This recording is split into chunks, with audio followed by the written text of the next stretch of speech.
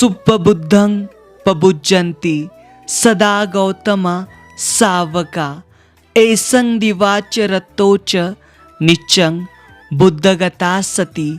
जिसकी दिन रात हर समय बुद्ध विषयक स्मृति बनी रहती है, वे गौतम भगवान बुद्ध के श्रावक सदैव भली भांति प्रबुद्ध जागृत बने रहते हैं।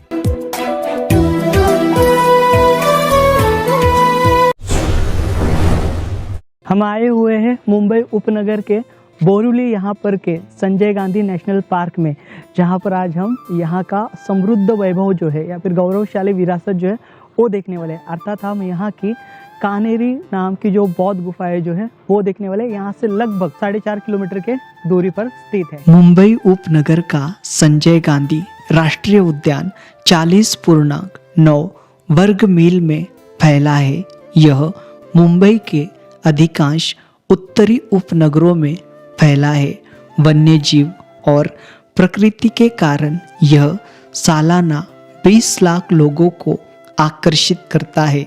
आज़ादी से पूर्व इस राष्ट्रीय उद्यान का नाम कृष्णगिरी हुआ करता था, जो मुख्यतः जंगल वाला इलाका सोपारा और कल्याण के ऐतिहासिक बंदरगाहों के बीच प्राचीन मार्ग पर बसा था, जिस कारण यहाँ कानेरी इन बौद्ध गुफाओं का निर्माण कार्य किया गया था। बोरिवली रेलवे स्थानक से महज 1 किलोमीटर की दूरी पर इस राष्ट्रीय उद्यान का मुख्य द्वार स्थित है। इस राष्ट्रीय उद्यान में प्रवेश हेतु शुल्क लिया जाता है।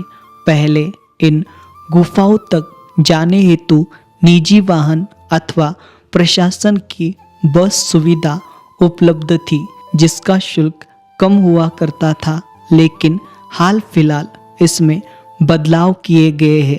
अब यहाँ चार्जिंग वाले वाहन चलते हैं, जिन्हें यहाँ के स्थानिक चलाते हैं। कानेरी यहाँ लगभग 120 गुफाओं की श्रृंखला मौजूद है, जिनमें 104 बौद्ध गुफाओं की अधिकृत जानकारी साझा की गई है। कानेरी यह नाम कन्नगिरी इस शब्द से आया है, जिसका शाब्दिक अर्थ काला पहाड़ यह होता है। यह नाम इसकी भूवैज्ञानिक बनावट को दर्शाता है। इन गुफाओं का निर्माण कार्य सातवाहन राजाओं के शासनकाल में आरंभ हुआ था, जिन्हें कई सदियों तक विविध राजकर्ताओं द्वारा आश्रय दिया गया था। 15वीं सदी के मध्य में पुर्तगाल द्वारा भी यहाँ पर लोगों की मौजूदगी देखी गई थी।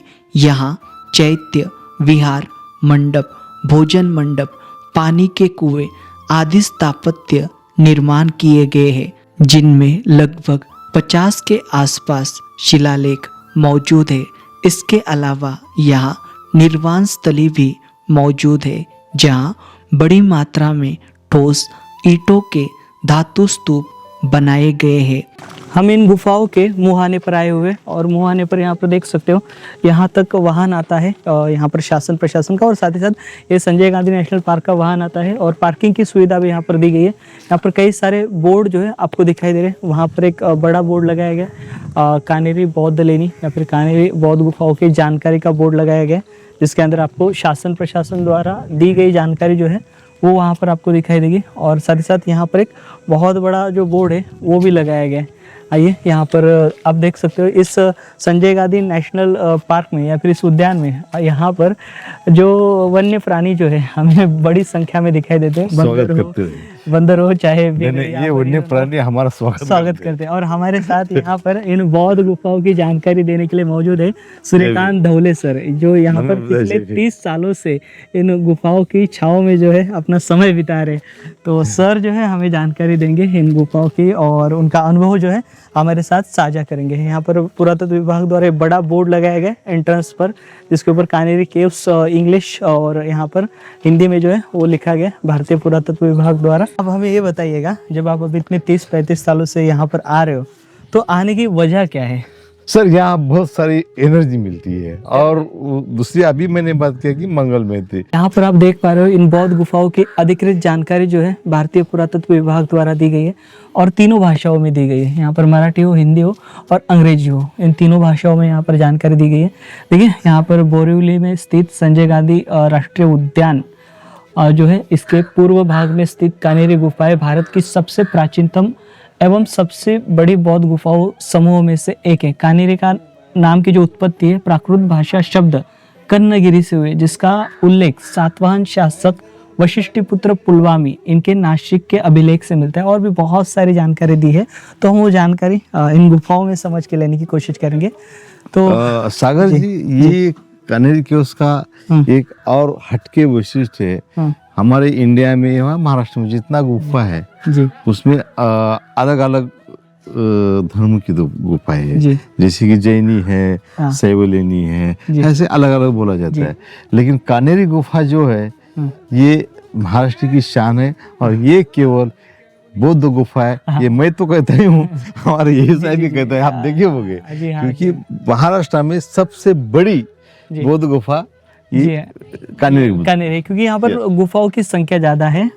जैसे हम देखते हैं यहाँ पर अजंता एलोरा की गुफाओं के कक्ष बड़े बड़े हैं लेकिन गुफाएं कम है।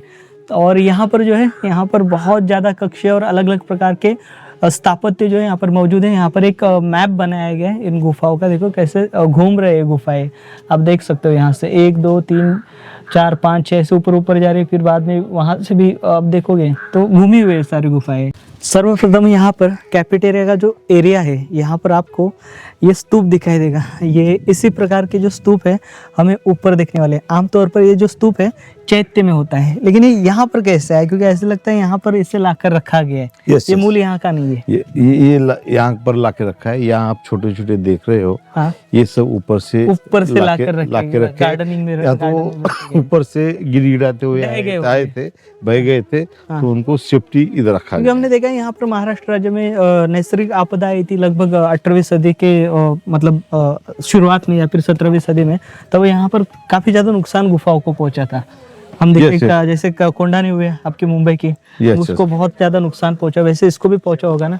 या फिर हमारे यहाँ पे जो ठानाले या फिर जो दूसरी गुफाएं है नीनावली करके सुधागढ़ तहसील में, सुधागढ़, तो वहां पर भी काफी नुकसान पहुंचा है। तो उसका यहाँ पर भी नुकसान पहुंचा होगा ना यस यस यस उस समय, क्योंकि उस समय जो हुआ था उससे निसर्ग को नुकसान हुआ है। जी। तो ये जो स्तूप है या केव्स है ये तो निसर्ग का एक पार्ट है। जी जी जी तो वहाँ तो होना है जी। और जिस जगह की जमीन है उसी तरह से वो कम ज्यादा नुकसान हुआ है, लेकिन नुकसान तो होना होगा। यहाँ से एक गुफा क्रमांक 1 जो है यहाँ पर हम देखेंगे। जैसे अभी मैंने अब अधिकतर जो जानकारी ली है, यहाँ पितलखोरा गुफा हो या फिर भाजे गुफा हो या फिर कोंडानी, इनको ऐसे कहा जाता है कि सबसे पहले उकेरा गया है। अभी तो जैसे सोपारा और इसका ज़्यादा संबंध है, मतलब ज़्यादा करीबी रिश्ता इन दोनों का है। तो उस लिहाज से ये गुफाएं सबसे पहले बनानी चाहिए होगी। लेकिन यहाँ पर ऐसी जानकारी मिलती है कि पितलखोरा या फिर भाजे जो है सबसे पहले बनाई गई होगी। वेरी गुड सागर सर, आपने क्वेश्चन सवाल बहुत अच्छा किया है। महाराष्ट्र में जो सबसे पहली गुफाएं बनाई गई है जी, उसका काम साधारण दूसरे ईसा पूर्व से शुरुआत हुआ होगा। हाँ। लेकिन जैसा पितलखोरा का कहा जाता है सबसे पुरानी गुफा है, तो वैसे मुंबई में जो कुंडीविटा केव्स बोला जाता है जी, ये यहाँ की सबसे पुरानी गुफा है। कुंडीविटा केव्स, क्योंकि आज के डेट में महाकाली बोला था। जी जी जी। हाँ, और ये केव्स या स्तूप बनाने का ढांचा जो पहला अगर यहाँ से मिलता है। महाराष्ट्र में सबसे पहले बौद्ध धर्म का आगमन अगर सोपारा में होता है और सोपारा और कानेरी का एक दूसरे से संबंध है, तो लाजिब है कि यहाँ पर सबसे पहले जो गुफाएं बनाई गई होगी तो वो कानेरी की बनाई गई होगी। लेकिन डेटिंग और यहाँ के लेख जो है वो उस प्रकार के नहीं मिले, ऐसे कहते हैं। क्योंकि यहाँ पर यहाँ की जो गुफा है ईसा पूर्व पहले दूसरी शताब्दी की अधिकतर है, ऐसे बोलते हैं। नहीं, हमने बताया ना, सही बात बोल रहे हैं।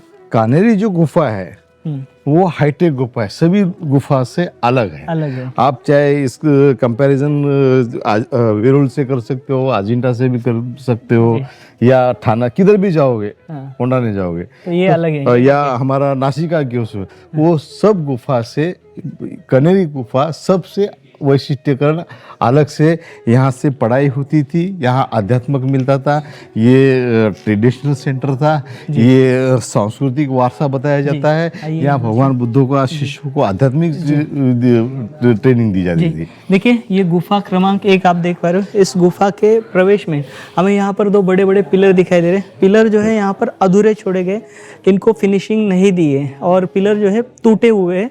इसकी वर्तमान में हाइट जो है लगभग 5 से 5.5 फीट एक की है, और दूसरे की 7 से 7.5 फीट की हाइट दिखाई देती है। यहाँ पर ये देखिए, ये बड़े बड़े 2 एंट्रेंस में पिलर दिखाई दे रहे हैं, जो बीच में बरामदा है उसके सामने यहाँ पर, और पिलर के ऊपर भी आपको चट्टान जो है वो दिखाई दे रही है। ऊपर भी यहाँ पर उसको काटा गया है, मतलब इस गुफा को काटा गया, और सामने का जो पोर्शन है वो दिखाई दे रहा है। मतलब यहाँ पर बहुत बड़ा चैत्य बनाने की कोशिश की गई थी, लेकिन ये अधूरा रहा है। तो यहाँ पर ये पिलर देख सकते हो, ये पिलर इसकी आकृति देख सकते हो, जो लोटी फॉर्म जो है, लोटी फॉर्म में यहाँ पर पिलर दिखाई दे रहे हैं। ऊपर हार्मिका वाला पैटर्न है, और यहाँ पर ये 16 कोनों वाले जो पिलर है, या फिर वो जो डिज़ाइन है नक्काशी, वो दिखाई दे रहा है, और नीचे चौकोन आकार है। तो यहाँ पर इसकी जानकारी जो इन्होंने दी है, आइए देखिए, काफ़ी शानदार ऐसी ये गुफा है। और ऊपर देखिए, ऊपर यहाँ पर हम आमतौर पर देखते हैं बौद्ध गुफाओं में जो वातायन होता है, वातायन बनाने के लिए एक सबसे बड़ा जो कार्व है या फिर जो कार्विंग है वो की गई, और दोनों कोनों में यहाँ पर खिड़कियाँ दिखाई दे रही है, और सामने यहाँ पर बहुत बड़ा प्रवेश द्वार जो है वो बनाया गया है। आइए यहाँ पर ऊपर दिखाते हैं आपको। दिखाई नहीं है।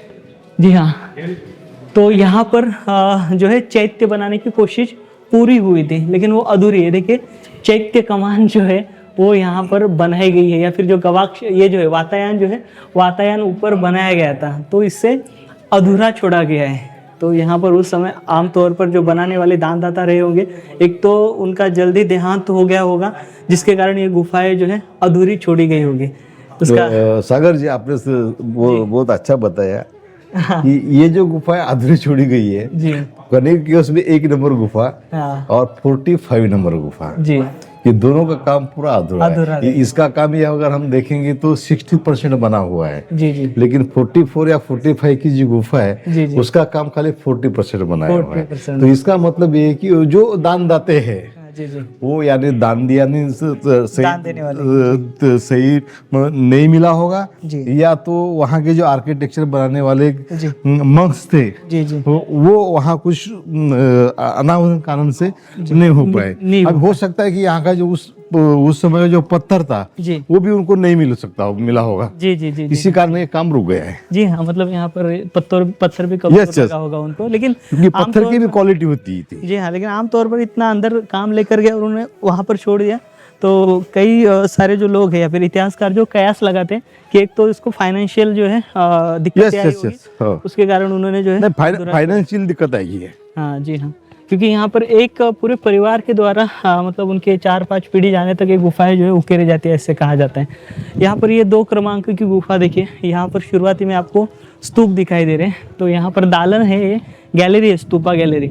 इसके अंदर आमतौर पर देख सकते हो यहाँ पर स्तूप बनाए गए, और स्तूपों के पीछे यहाँ पर शिल्प भी बनाए गए हैं। तो यहाँ पर भगवान बुद्ध और बोधिसत्व के शिल्प दिखाई दे रहे हैं। आइए, यहाँ पर आमतौर पर 3 स्तूप थे, 3 में के 2 पूरे दिखाई दे रहे हैं, और यहाँ पर एक जो स्तूप है वो टूटी हालत में हमें दिखाई देता है। यहाँ पर ये पहला स्तूप देख पा रहे हो।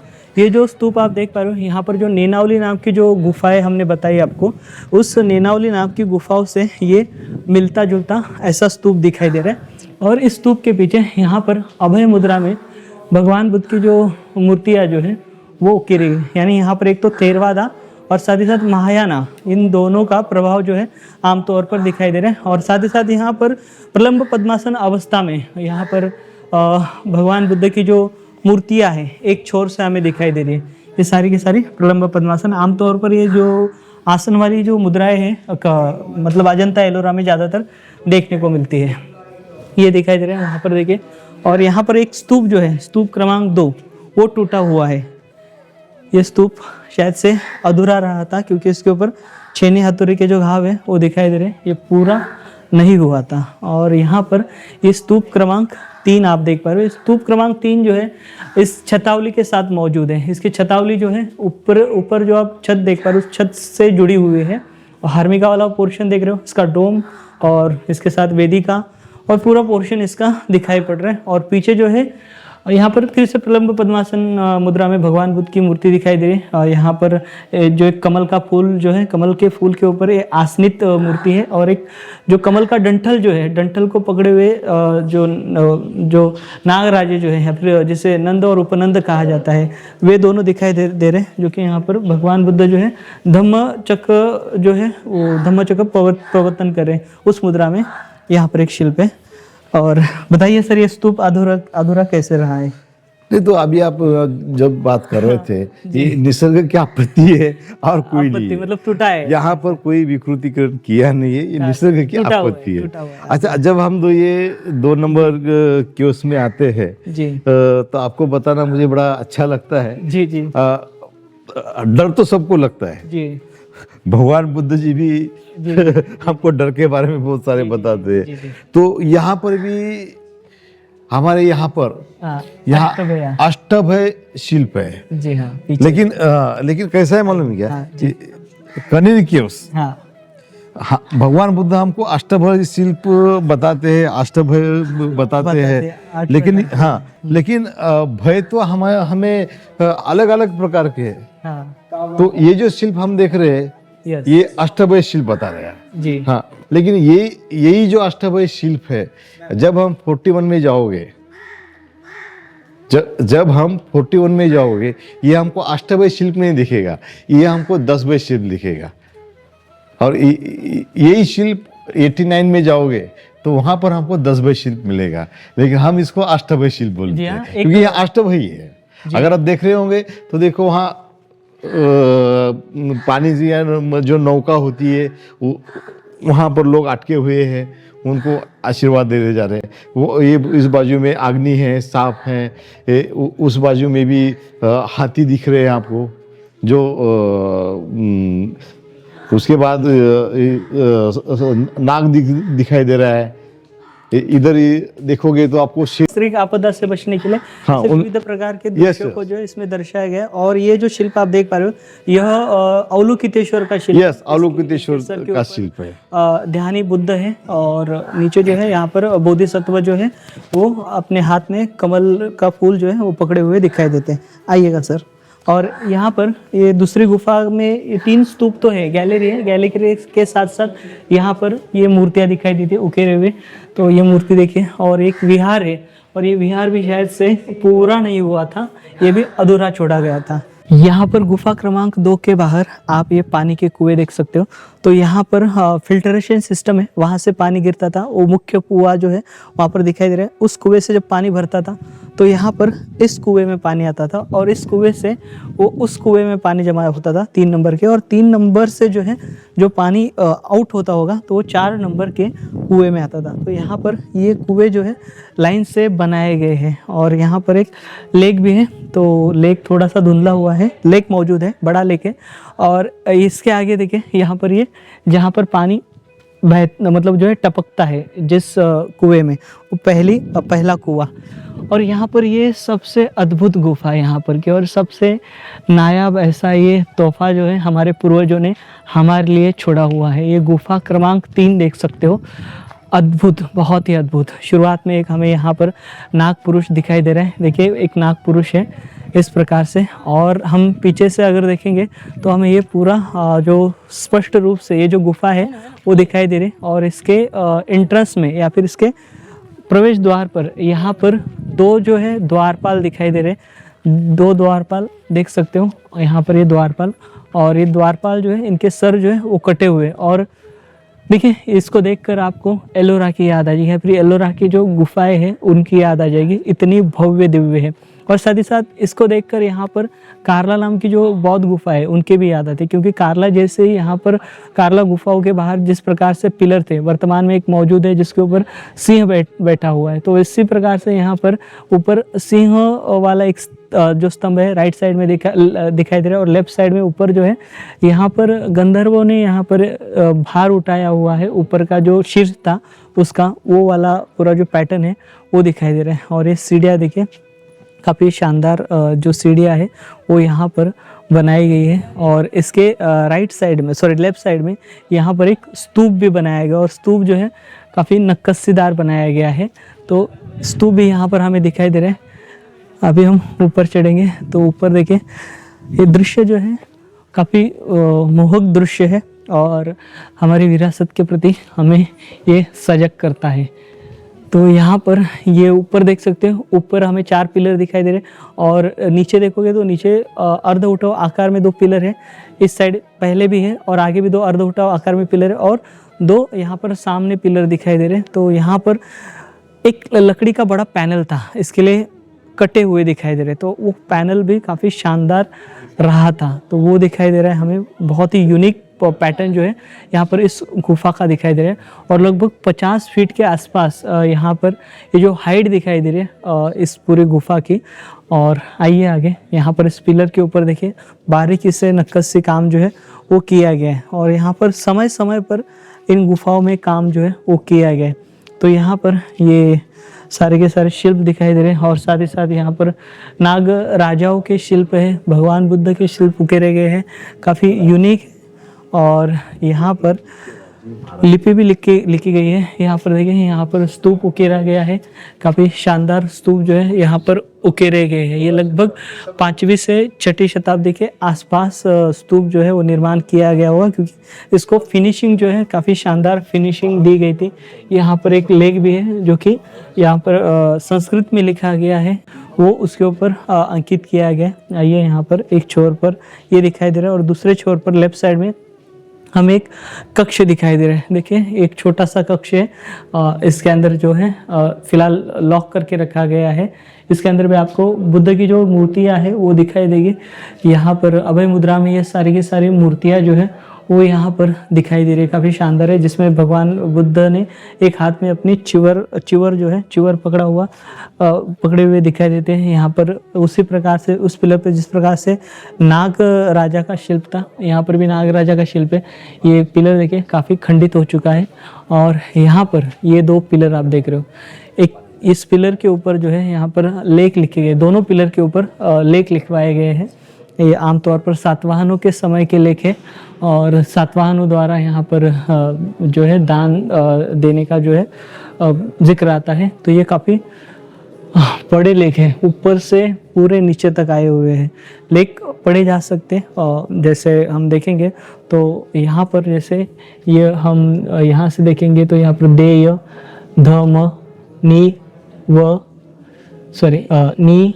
नी और ये च है, और ये आ, ना, नी लेख पढ़ा जा सकता है। तो ये पूरे अक्षर जो है साफ तौर पर दिखाई देते हैं।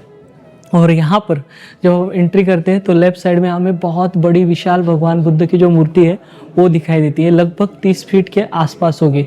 तो इतनी ऊंची ये मूर्ति दिखाई दे रही, और ऊपर जो है ऊपर हमें गंधर्व दिखाई दे रहे, और ये जो मूर्ति जो है यह भगवान बुद्ध की जो अभय मुद्रा है उसमें दिखाई दे रही है। और ये जो है हमें अफगानिस्तान के बामियान की याद दिलाती है। शायद से ये बामियान की मूर्ति जो बनाई गई थी कुषाणों के समय पर, उसके बाद में जो है ये इतना बड़ा जो शिल्प है वो यहाँ पर उकेरा गया होगा। तो काफ़ी शानदार ये शिल्प जो है यहाँ पर बनाया गया है। तो यहाँ पर बामियान से मैंने इसलिए कहा क्योंकि व्यापार के कारण उस समय पर कानेरी का जो संबंध जो है ये पूरे यूरोप हो या फिर पूरा रोम हो उससे इसका संपर्क था, और उन दानदाताओं ने यहाँ पर कई प्रकार से दान दिए हुए उल्लेख हमें मिलते हैं। इसके कारण ये शिल्प, और यहाँ पर देखोगे तो आगे भगवान बुद्ध की मूर्तियाँ जो है विविध मुद्रा में दिखाई देती है। और यहाँ पर देखिए, यहाँ पर आपको ये जोड़े दिखाई दे रहे हैं,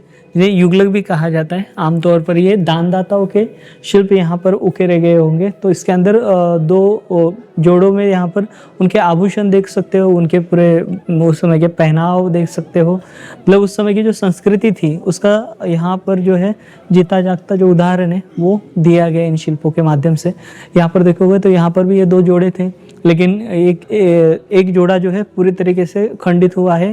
मतलब यहाँ पर एक फीमेल का जो ऊपरी हिस्सा जो है पूरा उनका सर हो या फिर धड़ हो पूरी तरीके से नष्ट हुआ है। और यहाँ पर ये उसी प्रकार की मूर्ति आप देख सकते हो। इस मूर्ति को भी शायद से काफ़ी क्षति पहुंची है। देखिए इनके जो पैर है, पैर का जो मध्य भाग जो है वो तोड़ा गया है, शायद से उसको डैमेज हुआ है, नुकसान पहुंचाया गया है। और उनके जो उंगलियां है, उंगलियां भी यहाँ पर टूटी हुई दिखाई देती है, शायद से उंगलियों को भी नुकसान पहुंचाया गया। मतलब जहाँ तक पहुंच सकते थे वहाँ तक उन्हें जो है नुकसान पहुंचाया हुआ हमें दिखाई देता है। तो ये काफ़ी पहले नुकसान पहुंचा था। और यहाँ पर ये चैत्य देख सकते हो, इसकी ये चैत्य की कमान रही थी। तो काफ़ी शानदार ये कमान जो है आप यहाँ पर से देख रहे हो। और ये स्तूप मतलब चैत्य स्तूप काफ़ी शानदार है। तो इसके अंदर जो है आमतौर पर हम देखेंगे तो ये बड़ा चैत्य स्तूप जो है वो दिखाई दे रहा है। आगे आइए, यहाँ पर हमें पिलर दिखाई दे रहे हैं।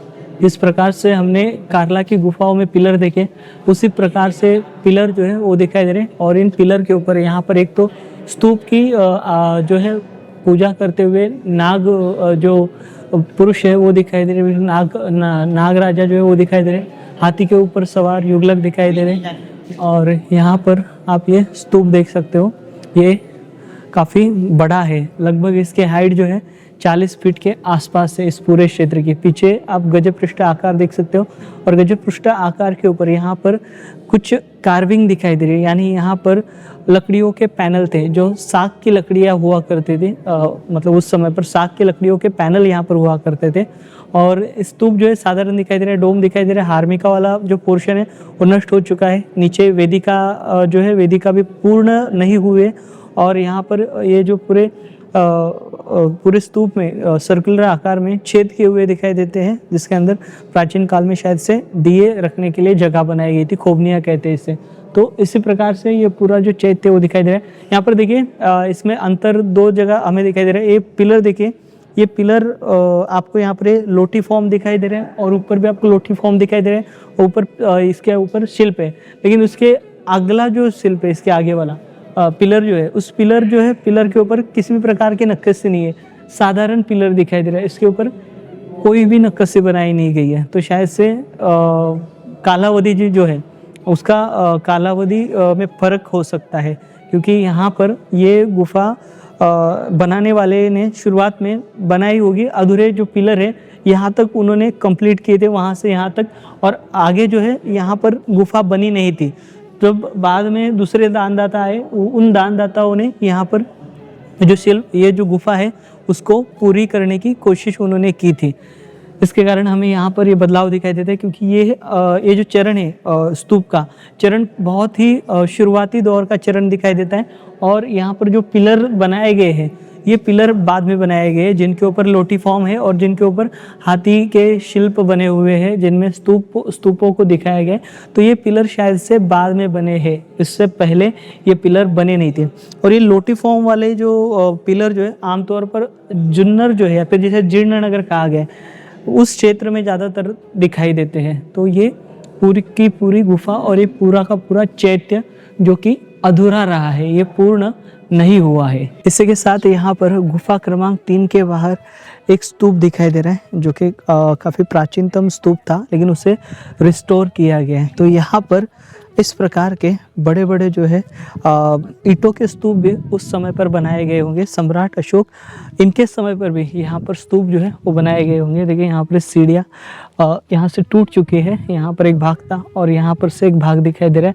और ऊपर जो है एक सिंह का जो शिल्प है वो बना हुआ दिखाई दे रहा है। उससे पहले यहाँ पर मुझे लगा कि ये प्रवेश द्वार पर बिठाया गया।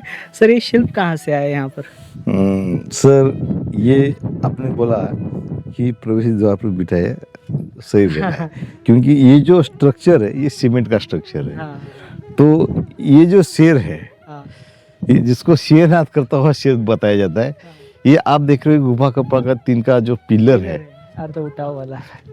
वो पिलर सेम पिलर इस बाजू में था। कोई पिलर द्वारपाल होते लेफ्ट राइट होते, उसी तरह ये बाजू में जो पिलर था उसके ऊपर ये शेर बैठा हुआ था। तो उसका ये शीर्ष हाँ, था। ये शीर्ष था और वो परिस्थिति के कारण टूटा है, किसी ने तोड़ा तो नहीं है, नुकसान आप तो ये अनयूजेबल नहीं होना चाहिए और आकर्षण केंद्र होना चाहिए, इसलिए इधर लाके रखा दिया है। गुफाएं जो है आगे के हम गुफाएं देखने वाले, वे गुफाओं का नंबरिंग कैसा है? अभी यहाँ पर 3 खत्म होती है, तो आगे कौन से नंबर की गुफा लगेगी आगे? हाँ सर, उससे पहले मैं बताना चाहता हूँ, आप जब आए तो ये पहले हमारी वहाँ द्वारपाल का गेट रहता था, ये आपको बताना था। हाँ, और फिर यहाँ से हम लोग जाते थे। अभी ये भी जो सीढ़ियाँ हैं ये पुरातन सीढ़ियाँ है। तो ये जो बनाया है, आपने बताया मुझे कि ये नंबर 73 क्यों आ गया, तो सही है सर, क्योंकि कन्हेरी केव्स जो है वो 1 नंबर यानी पूरा एक ग्राउंड पे है, और जमीन के अंदर जो है वो 1 नंबर है, थोड़ा ऊपर आने के बाद वो 2 नंबर है, फिर उसके ऊपर जाने के बाद 3 नंबर है। उसके ये कॉर्नर में जो है, जिस स्तूप पे भगवान बुद्ध के अलग अलग मुद्राएं बताई दी गई, वो 4 नंबर है। लेकिन अभी जब हम ये चढ़ान चढ़ रहे हैं तो ये जैसा बिल्डिंग स्ट्रक्चर बनता है कि ground floor, basement, first floor, second floor, फिर लास्ट तक 25-30 माले तक का बिल्डिंग बनता है, वैसा जो हमारे जो गुफाएं होती थी एक प्रकार का बिल्डिंग का स्ट्रक्चर था। जी जी जी। तो वो स्ट्रक्चर जैसा जैसा पत्थर बड़ा बड़ा होता था उसका ऊपर वो टेरेस बन जाता था, हाइट के अनुसार बनाया गया है। और वहाँ जाने के लिए किसी को तकलीफ न हो और वो डायरेक्ट उस ऊपर न जाए, जी जी जी, और जाते समय सीरियल वाइज जाए, जी जी जी, कि अपना शरीर को ध्यान देखते हुए ये एक लाइन में गुफाएं बनाई है। अभी हम चले 1 2 3 4 5 6 7 8 तक जाने के बाद ये हम लास्ट 45 तक जाते। अच्छा, जब हम रिटर्न आ जाते हैं तो रास्ते में तो वही रिटर्न में 46 45 9 ऐसा चलते हुए आगे आते हैं, यहाँ तक 69 तक लास्ट पॉइंट आ जाता है। हाँ, यहाँ पर ये पानी का जो टाकी है, पानी की टंकी, इसको भी यहाँ पर नंबरिंग दिख रही है, और यहाँ पर भी मूर्तियाँ दिखाई दे रही है। यहाँ पर भी दानदाता का जो उल्लेख है वो दिया गया। तो ये थोड़ा सा ऊपरी जो है ऊपरी मिट चुका है, ऊपर शुरुआत देखिए वहाँ से थी, काफी बड़ा लेक था ये लगता है। यस, बड़ा बड़ा बड़ा था। कुछ अंक कुछ अक्षर दिखाई दे रहे हैं, बहुत सारे निकल गए हैं, यहाँ से पूरा अलग अलग दिखे थे। और ये पानी पूरी था जो कि ये पीने के लिए नहीं है, ये यूज करने के लिए था। तो ये नेचुरल पानी का जो ग्रोथ आता था तो यहाँ से आता था, आप देख रहे हैं पानी, और ऐसे आके ये यहाँ से आके टाकी में जाके सेव होता था। वाटर ड्रेनेज सिस्टम बहुत जोर। Yes yes yes yes yes yes sir, yes sir. जी जी। तो ये जो पानी है ये यूज के लिए। अभी गुफा क्रमांक 5 और 6 यहाँ से, हाँ, यहाँ से है। अच्छा। और आप ऊपर जाओगे तो आपको 59 60 ऐसा मिलेगा। अच्छा। लेकिन अपन कभी भी जाते हैं तो एक मार्क से जाना चाहिए। जैसे जैसे ऊंचाई है, और ऊंचाई जैसे जैसे बढ़ती है वैसे वैसे गुफा नंबरिंग बढ़ती जाती है। ये जो ऊंचाई ऊपर है उसके कारण उसका नंबरिंग अलग है। अभी यहाँ से आप कैमरा लगा के देखोगे ऊपर जाके तो आपको वहाँ 72 दिखाई देगा वो, और ये 5 नंबर और 72 हो गया। इन गुफाओं के मध्य से यहाँ पर से एक नदी का उगम होता है जिसे दहसर नदी कहते हैं। तो यहाँ पर ये दहसर नदी का जो पात्र है वे पानी बारिश में बहता है, और अदर सीजन में जो है नहीं बहता है ना सर। तो ये यहीं से उगम हुआ है। तो मुंबई पूरा क्षेत्र को पानी पिया जाता है, वो इस उगम से होता है। और इसका उगम कनेर केव्स के गुफा क्रमांक 41 में से होता है। अच्छा, वहाँ से होता है। 41 के सामने से होता है। बारिश में इतना पानी बहता है कि पूरा मुंबई को पानी पिलाया जाता है। ये पानी जो मीठी नदी बोला जाता है मुंबई का, वहाँ भी जाता है, और लास्ट में ये पानी समुद्र में जाता है। अभी आप आए तो ध्यान दे सकते हैं, अभी हमने 1 से 5 जो गुफाएं देखी है, अभी 6-7 जा रहे हैं। लेकिन उससे पहले बता दें कि आपको हमारे राइट बाजू में जो है ये 13 से लेके 18 तक जो है ऊपर भिक्षु निवास से गुफा है, लेकिन वहाँ पर आपको कोई शिलालेख या चैत्य गृह या स्तूप आपको वहाँ दिखाई नहीं देते, सभी वो भिक्षु गृह है। अच्छा, सभी के मतलब भिक्षु के भिक्षु के रहने के लिए निवास स्थान है। यहाँ पर देखिए ये भी आपको कक्ष दिखाई दे रहा है और दालत दिखाई दे रहा है। गुफा क्रमांक 6 दिखाई दे रही है। तो बहुत ज़्यादा पानी हुए, खारा जो पानी है, खारे पानी का जो दबाव है इसके ऊपर ज़्यादा पड़ा है ना सर? खारे पानी के दबाव के कारण, खारी हवाओं के कारण, खारी हवा। यहाँ पर भी देखिए ये गुफा क्रमांक 7, ये बहुत बड़ा एक मंडप था और ये मंडप भी शायद से आधा अधूरा, पूरा नहीं हुआ ये मंडप, है ना? तो मंडप देख पा रहे हो, यहाँ पर भिक्षुओं के रहने के लिए बताया गया इन्होंने, लेकिन यहाँ पर एक मंडप दिखाई दे रहा है आमतौर पर ये। चलिए, हाँ, यहाँ सोपारा का उल्लेख आता है। यहाँ पे सोपारा का उल्लेख आया हुआ है। यहाँ पर एक लेख मौजूद है, हाँ। इसके अंदर दिया गया रोहिणी पुत्र, इनका जो स्वर्णकार जो है उनके सुलस दत्त, इन्होंने दिया हुआ स्थान है। इसमें लिखा है ये जो विहार की योजना, ये आर्किटेक्चर बनाया गया है, जो लिखने वाला है, जो रहने वाला है, ये वो जो शयन है भिक्षुओं के लिए, और इसके सामने हमने पानी की व्यवस्था की है। जो जलकुंड ऊपर दिख रहा है वहाँ जलकुंड है, जलकुंड की व्यवस्था की गई है। और ये व्यवस्था जो है, ये चेमुल के राजा जो होते उस समय के, जो राजा चेउल रायगढ़ जिले के थे, चेउल से, उन राजाओं ने और वहाँ के जो रेसिडेंशियल सोनार लोग थे, सोनार जाति हाँ, के लोग, जाति के लोग थे, उन्होंने इसके पानी के कुंड के लिए दान दिया है, ये जल कुंड के लिए। और उसमें भी लिखा है कि प्राचीन सुपार के जो राजा थे, उन्होंने भी यहाँ, प्राचीन सुपार के जो बिजनेसमैन थे, व्यापारी थे, उन्होंने यहाँ उनको इस श्रमण जो थे उस समय, हमको श्रमण और ब्रह्मण संस्कृति थी, उसमें ये वो श्रमण को लिए सेवा दान दिया है, सेवा भाव के उपरांत ये पानी का दान दिया है, ऐसा लिखा गया। यस। ये आप वहाँ लिखा हुआ जो शिलालेख है, ये आप देखते हैं, ये देखो। 7 नंबर के मंडप के बाद और कुएं के बाद आगे जो है 8 नंबर के यहाँ पर कुएं ही बनाए गए, और कुएं भी यहाँ पर चरण चरण में बनाए गए, जैसे हमने गुफा क्रमांक 3 के बाहर देखे वैसे ही, है ना सर? हाइट छोड़ कर बनाए गए, है ना? और यहाँ पर उस हिस्से में ये कौन सी गुफा थी, इसका नंबर क्या है? 10 नंबर की गुफा ना? 10 नंबर। तो ये काफी बड़ा था लगता है। लेकिन इसकी बनावट समझ में नहीं आई सर, ये क्या नैसर्गिक है? नैसर्गिक आपत्ति के कारण टूट गई है, मट्टी पूरा गिर गई ना। देखिए ये गुफा क्रमांक 10 जो है वो देख पा रहे हो, ये पूरी ढह चुकी है, पूरी टूट चुकी है, बंद कर दिया गया, वहाँ पर नहीं जा सकते हम। और इधर भिक्षु निवासी था। और ये कौन सी गुफा है? ये गुफा क्रमांक हॉल है, ये हॉल है।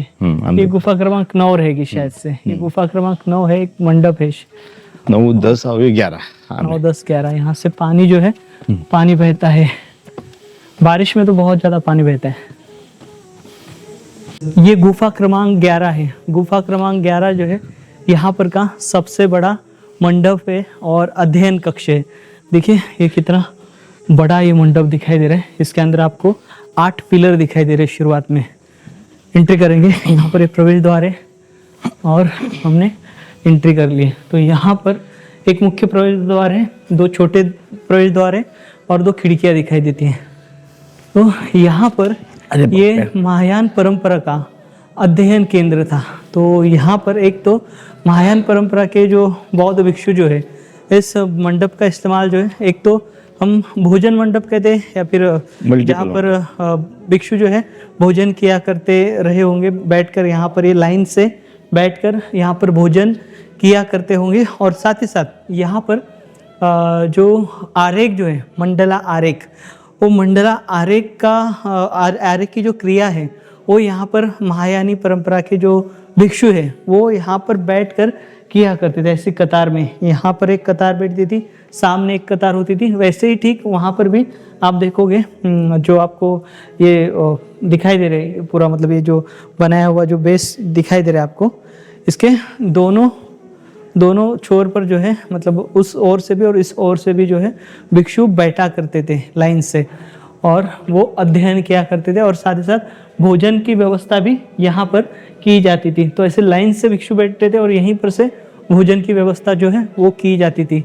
और ये पूरे कक्ष देख सकते हो, यानी यहाँ पर एक मंडप है, अध्ययन कक्ष है और साथ ही साथ एक विहार भी है। इसके अंदर खोलियाँ देखिए, बहुत सारी खोलियाँ है। तो इसका मल्टीपर्पस यूज जो है प्राचीन काल में किया जाता होगा। ये खोलियाँ देख सकते हो पूरी भरी पड़ी हुई। बताइए सर, क्या इसका महत्व आप जानते हो? हाँ सर, ये गुफा के बारे में, इसके बारे में। इस हॉल को मल्टीपल हॉल के नाम से भी जाना जाता है। अच्छा, जैसे कि अभी आपने बोले कि यहाँ पर गेस्ट जो आते थे, हाँ, उनका भव्य प्रवचन होता था, क्योंकि यहाँ आपको लग रहा है कि थोड़ा सा इको साउंड आ रहा है। इको साउंड जैसा आप आगे आगे जाओगे और इको का जो वॉल्यूम होता है वो वहाँ बढ़ जा रहा है अंदर कक्ष के। हाँ, कक्ष के अंदर। जैसा कि अभी इधर जैसे प्रवचन भी दिया जाता होगा, भिक्षु बैठकर खाना भी खाते थे। भिक्षु को खाना खाते थे, या कोई पढ़ाई लिखाई का काम होता था, जो अपने जो पद होते थे उसका साउंड कैसा होना चाहिए, ये सब किया जाता था। लेकिन ये इस हॉल में वो किसको ध्यान में रख के किया जाता था? तो भगवान बुद्ध को ध्यान में देके किया जाता था। अभी ये भगवान बुद्ध जी की ध्यान मुद्रा है, भूमि स्पर्श मुद्रा है। जी जी जी जी। जो धम्मचक्र प्रवर्तन मुद्रा भी यहाँ आपको दिखाई दे रही है।